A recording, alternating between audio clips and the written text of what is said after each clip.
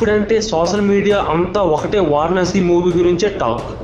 SS Rajamouli దర్శకత్వంలో వస్తున్న ఈ ప్రాజెక్ట్లో 512 CE అని ఒక లైన్ కనిపించడం అందరికీ షాక్ చేస్తుంది. అయితే 512 అంటే అసలు అర్థం ఏమిటి, అది కథలో ఏంటి సంబంధం, ఇవన్నీ ఈరోజు వీడియోలో మనం డీప్గా చూద్దాం రండి. CE అంటే కామన్ ఎరా, అంటే మనం ఇప్పుడే వాడే సంవత్సరాల క్యాలెండర్లో టైం లైన్. ఇప్పుడు 2025 అంటే 512 CE అంటే సుమారు 1500 సంవత్సరాల క్రితం జరిగిన కాలం. అంటే ఈ సినిమా పూర్తిగా 6వ శతాబ్దంలో జరిగిన కథ ఆధారంగా ఉండబోతుందని క్లూ అనమాట. ఇప్పుడు ప్రశ్న ఏమిటి అంటే 512 CEలో ఏం జరిగింది, అది వారణాసితో ఏ కనెక్ట్ ఉంది, చూద్దాం రండి.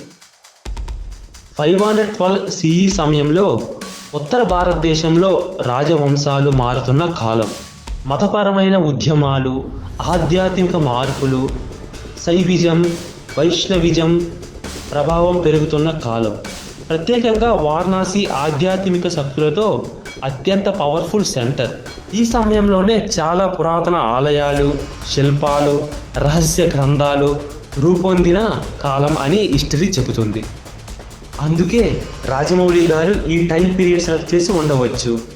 ఈ కాలంలో ఉన్న రహస్యాలు, యుద్ధాలు, డివైన్ పవర్, పురాణాలు అన్ని సినిమా కంటెంట్గా రావచ్చు. 512 CEలో ఒక యోధుడి కథ, వారణాసిని రక్షించడానికి జరిగిన యుద్ధం, పురాతన శక్తుల కోసం జరిగే పోరాటం, శివ సంబంధిత ఆధ్యాత్మిక ఎనర్జీ, సంస్కృత గ్రంథాల్లో దాగిన రహస్యం, ఒక పురాతన శక్తి లేదా ఆర్టిఫాక్ట్ చుట్టూ కథ. వారణాసి అంటే సింపుల్ సినిమా కాదు, భారత చరిత్రలో లోతైన రహస్యాలను హాలీవుడ్ స్టైల్లో చూపించే ప్రాజెక్ట్ అయ్యే అవకాశం ఉంది. అంటే మొత్తానికి 512 CE అనేది ఒక time period clue. Varanasi cinema పూర్తిగా పురాతన భారతదేశంలో జరిగిన భారీ కథని తెలుపుతోంది. బాహుబలి కంటే పెద్ద విజువల్ అనుభవం ఇవ్వబోతుందని ఇండస్ట్రీ పక్కాగా నమ్ముతోంది. నేనైతే ఈ మూవీ అనేది బాహుబలికి మించి రేంజ్లో ఉండబోతుందని ఎక్స్పెక్ట్ చేస్తున్నా. మరి మీరేమనుకుంటున్నారు?